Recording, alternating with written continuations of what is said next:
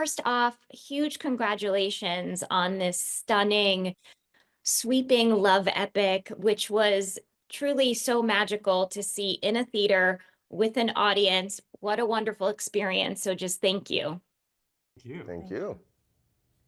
Daniel, your film beautifully captures queer joy, a rarity in stories set in 1950s, which so often focus solely on trauma.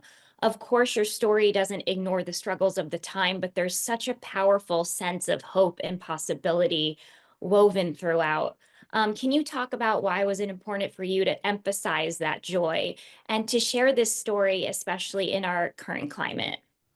Yeah, I think when I read Shannon Pufal's novel, I was really taken by the idea of this world she created that was a little bit of a 1950s noir, a little bit of melodrama, a little bit of a gambling story, and then in this very surprising way, a queer story.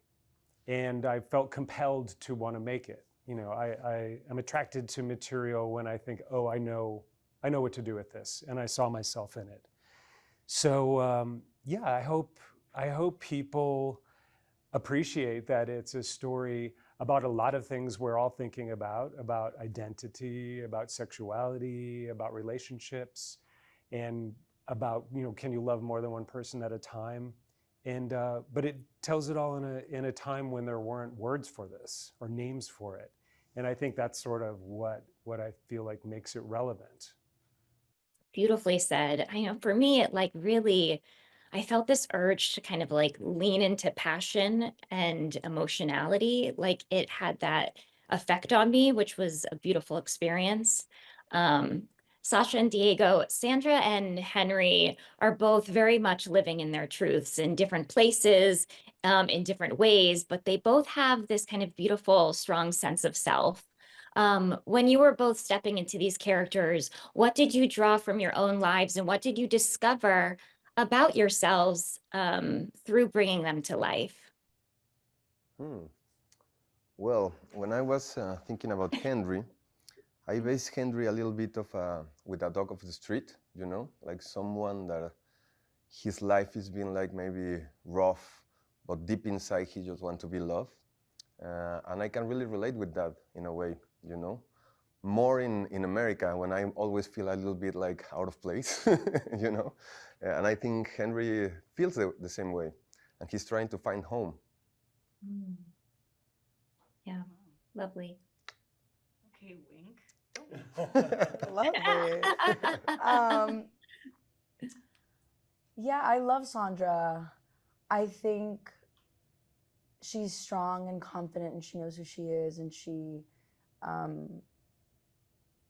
allowed someone who, within her confusion, even though it was hurting Sandra, she allowed safety for someone else, even though she knew it was going to affect her.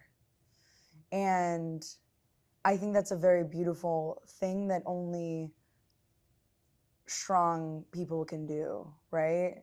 And I also love that she also set a strong boundary of I also love myself enough to know when it's enough, right? And I really do believe that Sandra was falling in love with Muriel. I really do believe that her love was real and genuine and strong. But there's like there was a sense of boundary, right? Like I respect myself enough that I can't allow you to continue disrespecting me. And I really admire that, and I just find her to be so strong. And just to say something, we were talking about joy, and it's so beautiful to see, like, book club, to see this group of women who are in this home in a time where it was, like you said, we weren't focusing on the trauma. We were focusing on how alive that house was and how happy those women were and how safe and confident and comfortable. I mean, we were, if you really think about it, and you were talking about joy, like we were leaning. Do you remember all the girls were like leaning on each other and be like, ha ha, like really just, it was so beautiful.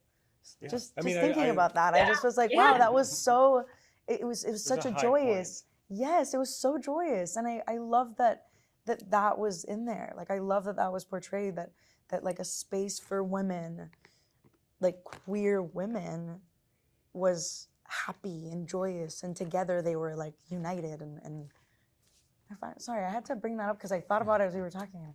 I thought, wow, No, that's so I beautiful. love that so much. And one of my favorite aspects of the film was Sandra's home. It was a kind of fifth character for me, sixth character. It was so lived in, it was so rich. And also the dichotomy of Sandra's home being so open, the space being so bright and lived in versus the hotel room where Julius and Henry are sharing their love but feeling trapped in that space. Just the way that spaces were used was just beautiful metaphors and just lovely. Wonderful director. Yes. Well, that's my time. Oh my goodness, I could talk about this forever. Just a huge congratulations. Thank And you. thank you for taking the time with me today. And I can't wait for the world to see this movie so soon. So thank you.